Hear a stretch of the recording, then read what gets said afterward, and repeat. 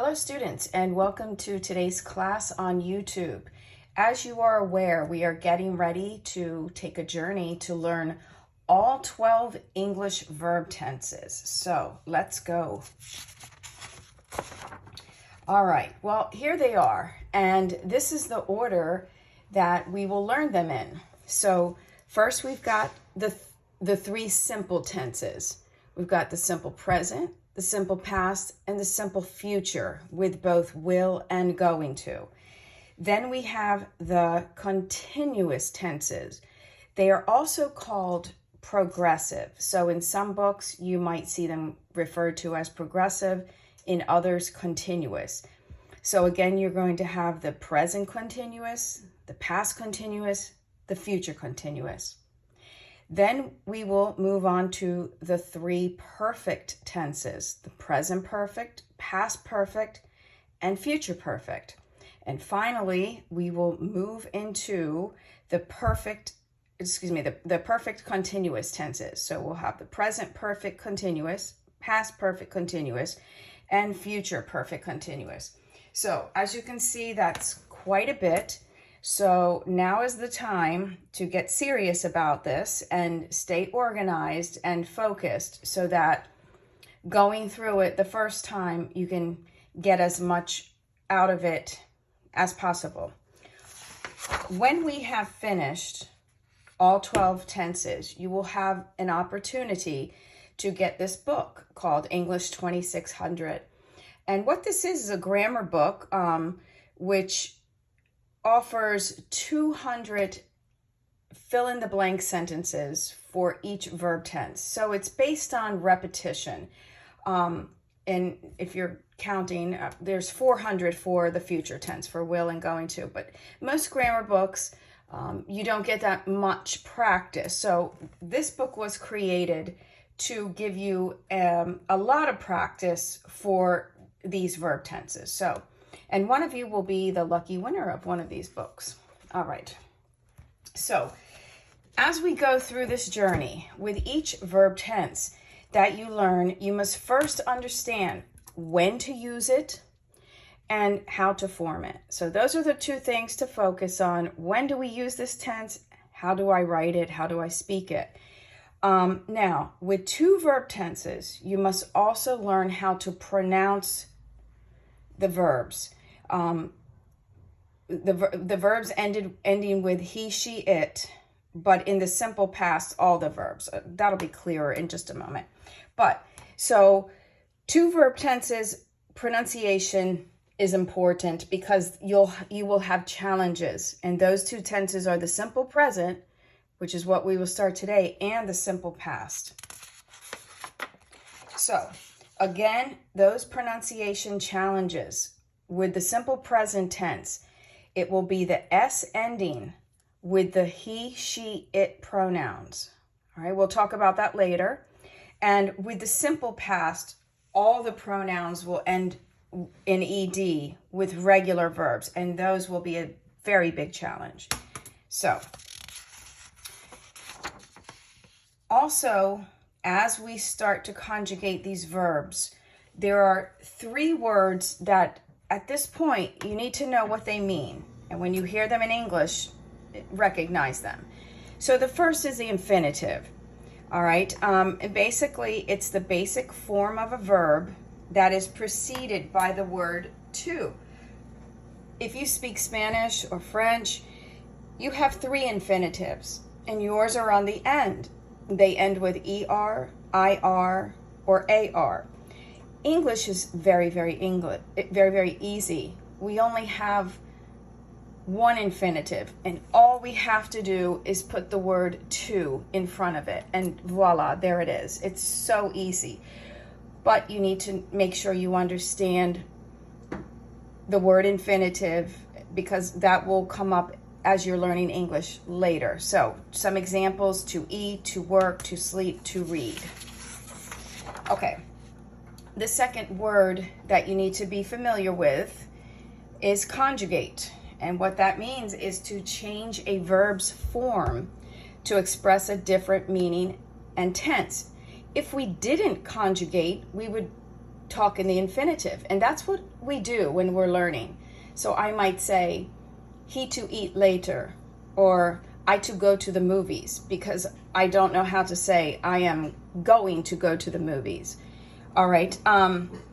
So we conjugate the verb to form, we conjugate the verb from the infinitive so that it matches up with the subject of a sentence, whoever we're talking about or whatever we're talking about. And some examples here, going from left to right, are I eat, so the eat matches with I. He eats with an S. My dog eats. I put another subject in there.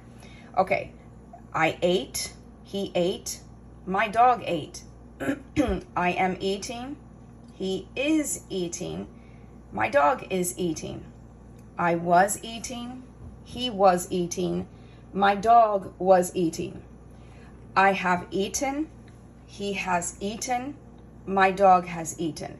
So all of this is just giving you an example of conjugating and matching the verb with the subject. Okay. Lastly, the third word that you need to know what it is pronouns, subject pronouns. And these tell us who or what the sentence is about, and they replace the person or thing that you're talking about. So you're not repeating the subject again and again. You know, look, for example, my soap is really nice. My soap is expensive. My soap leaves my skin feeling very nice. Instead of repeating my soap, my soap, my soap, I would just replace it with it after I said my soap the first time, All right. Then my recommendation is that you keep the pronouns in these order for muscle memory purposes. Now, you will come across some books or whatever you're using to learn where they take he, she, it, and they will put them up here on below you. I personally don't recommend it because sometimes we can simply draw a line. Because sometimes we can draw a line under they, and the he, she, and it will remain the same. So my recommendation going forward now is to keep the pronouns in this order. Okay, repetition is the key to mastering verb conjugation. So in class and on your own, this is what you should be doing throughout the learning of these 12 tenses. So for every verb, my recommendation is to do it like this. So at the top, take the verb that you're working on and put it in the infinitive. Even write the word infinitive out so it stays in your mind that to work would be the infinitive, to sleep, and in case you forget that. But for each verb, I recommend that you conjugate for the affirmative, for the negative, and the interrogative. So don't just take a verb and do one conjugation, the affirmative. Take the next step, do the negative, and then do the interrogative, which is the question. All right, so let's go ahead and begin with the first verb tense, and that is the simple present. And by the way, sometimes this will be called the present simple. Sometimes they switch the wording around just to complicate it more, I guess. But all right, here we go. So the first thing is we have to ask ourselves, when do we use this tense? So when do we use the simple present tense? We use it to describe things that are done regularly, on a regular basis. That doesn't have to be every day. It doesn't have to be every month.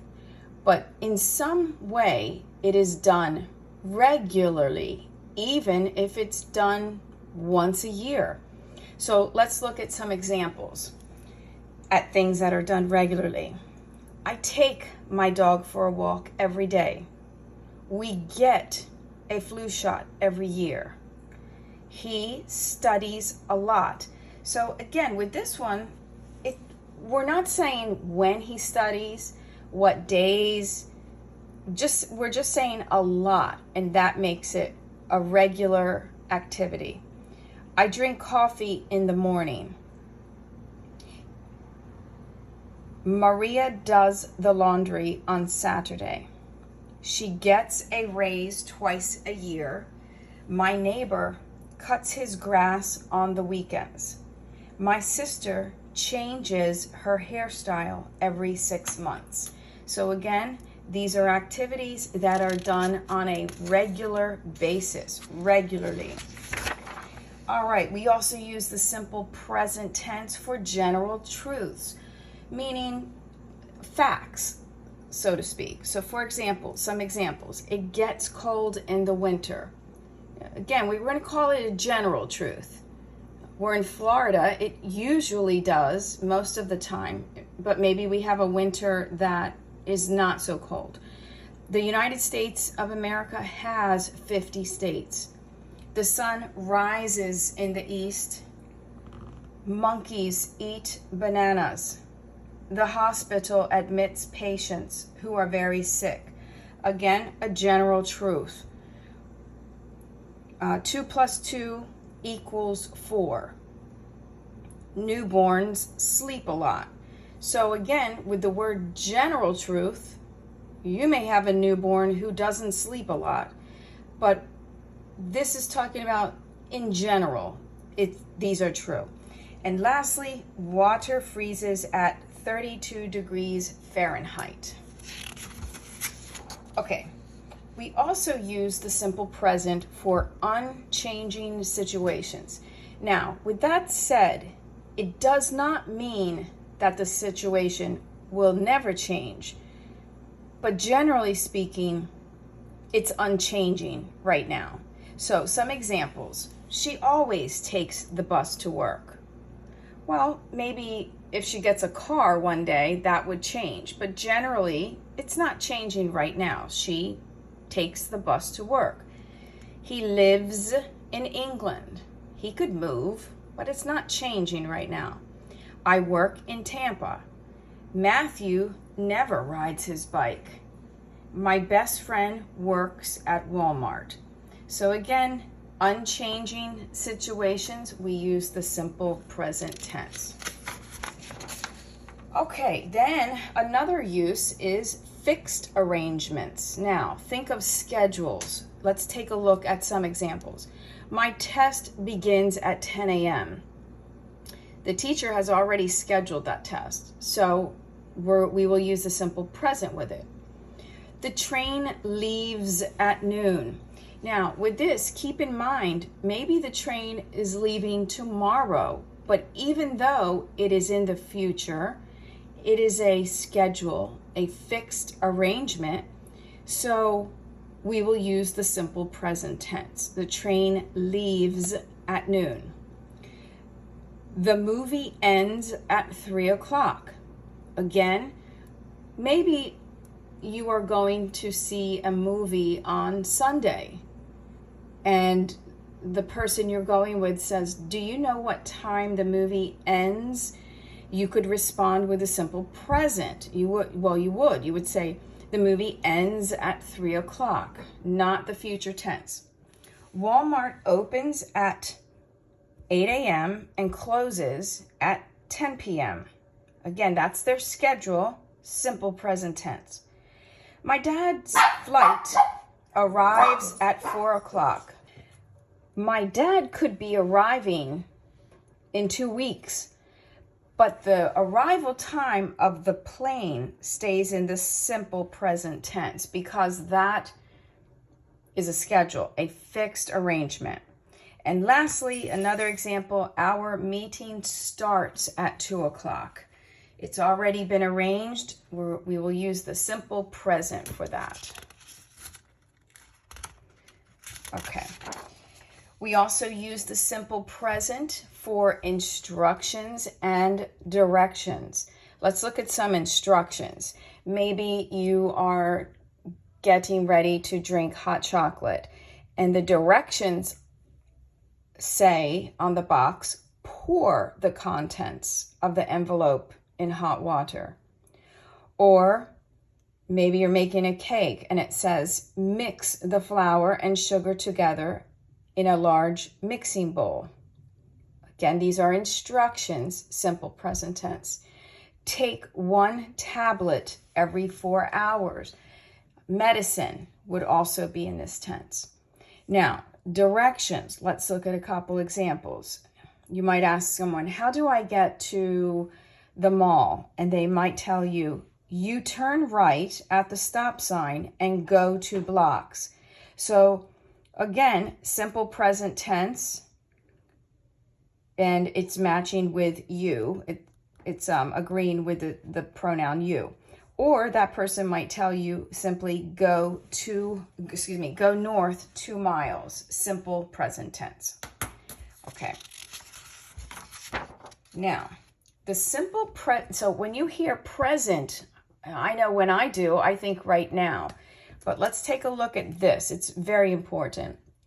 When the simple present tense is not used to describe actions that are happening right now.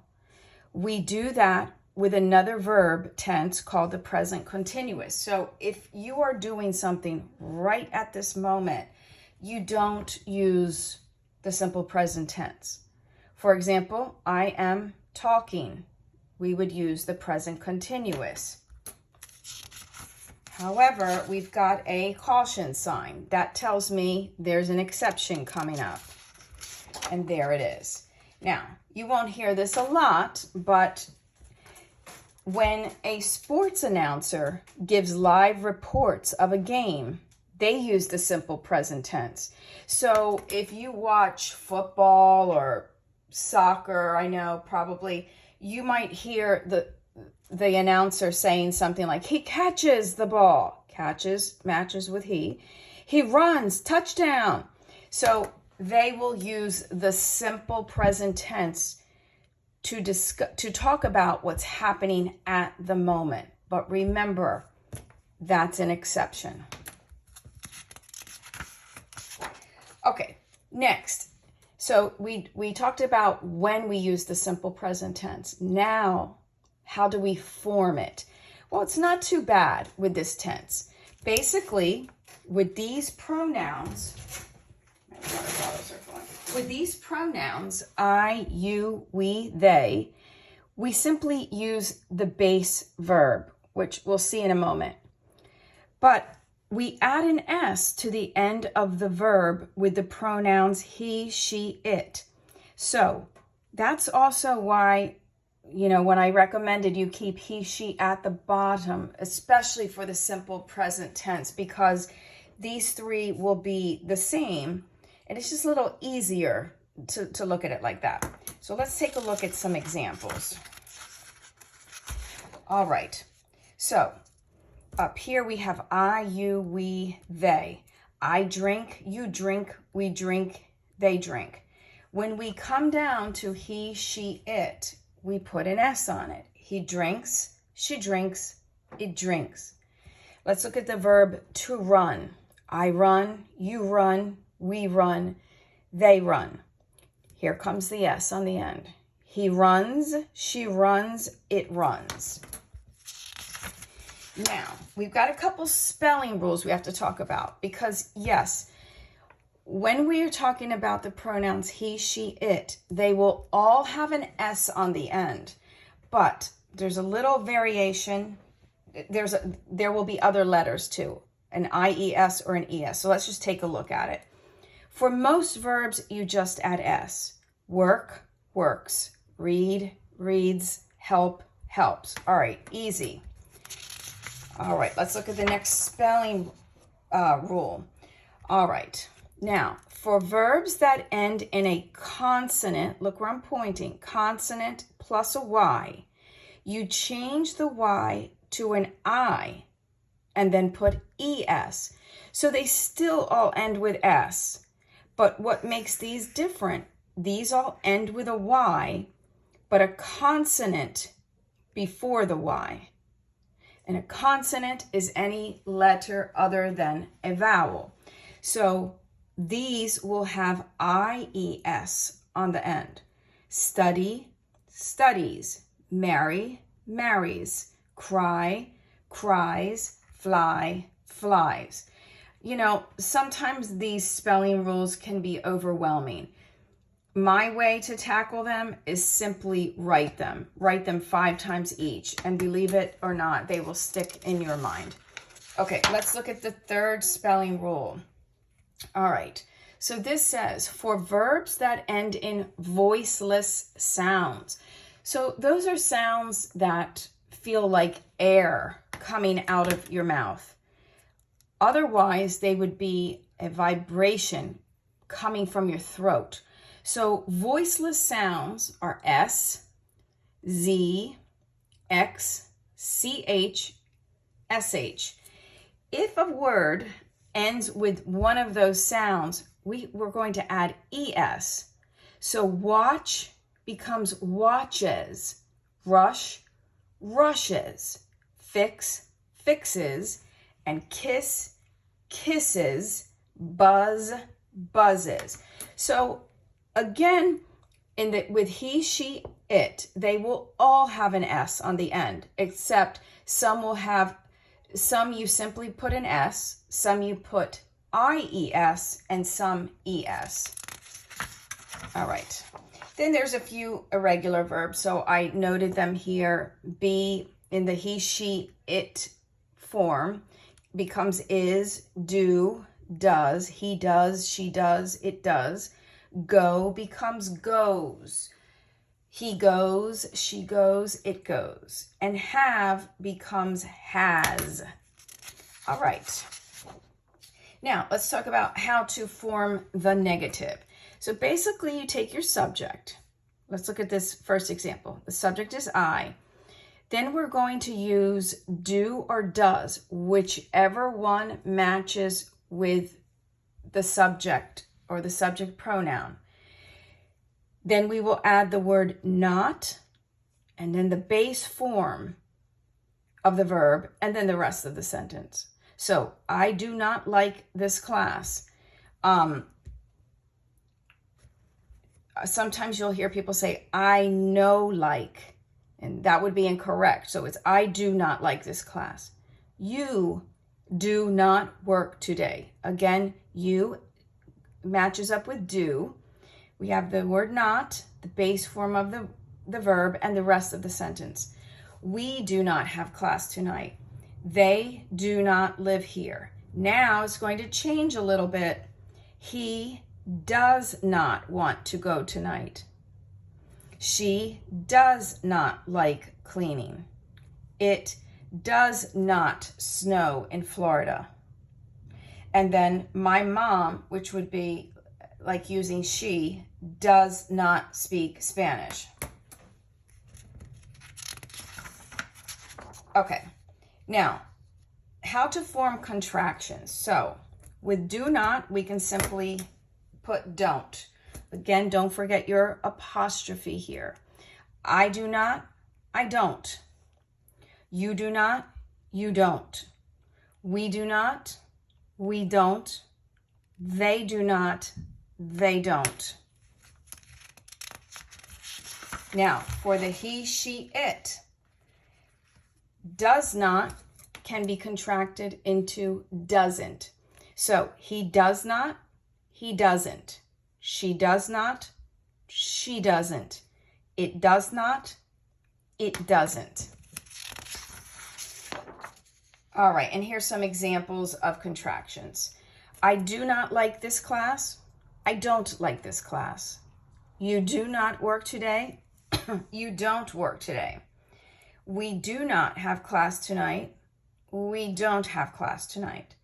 They do not live here. They don't live here. He does not want to go tonight. He doesn't want to go tonight. She does not like cleaning. She doesn't like cleaning. It does not snow in Florida. It doesn't snow in Florida. My mom does not speak Spanish. My mom doesn't speak Spanish. So the question is, when do we contract or not? Let's take a look at that. So contractions are used in the negative. Basically, when we're speaking, it's fine to use contractions. If you're writing something informal, a text message or an email to a friend, go ahead and contract. But don't use contractions in more formal writing, such as a business report, a complaint to a business or a landlord, or a homework assignment. So my recommendation when you are practicing conjugation, let me slip this back down here. I would not contract, just so you get in the habit of not doing it when writing. Okay.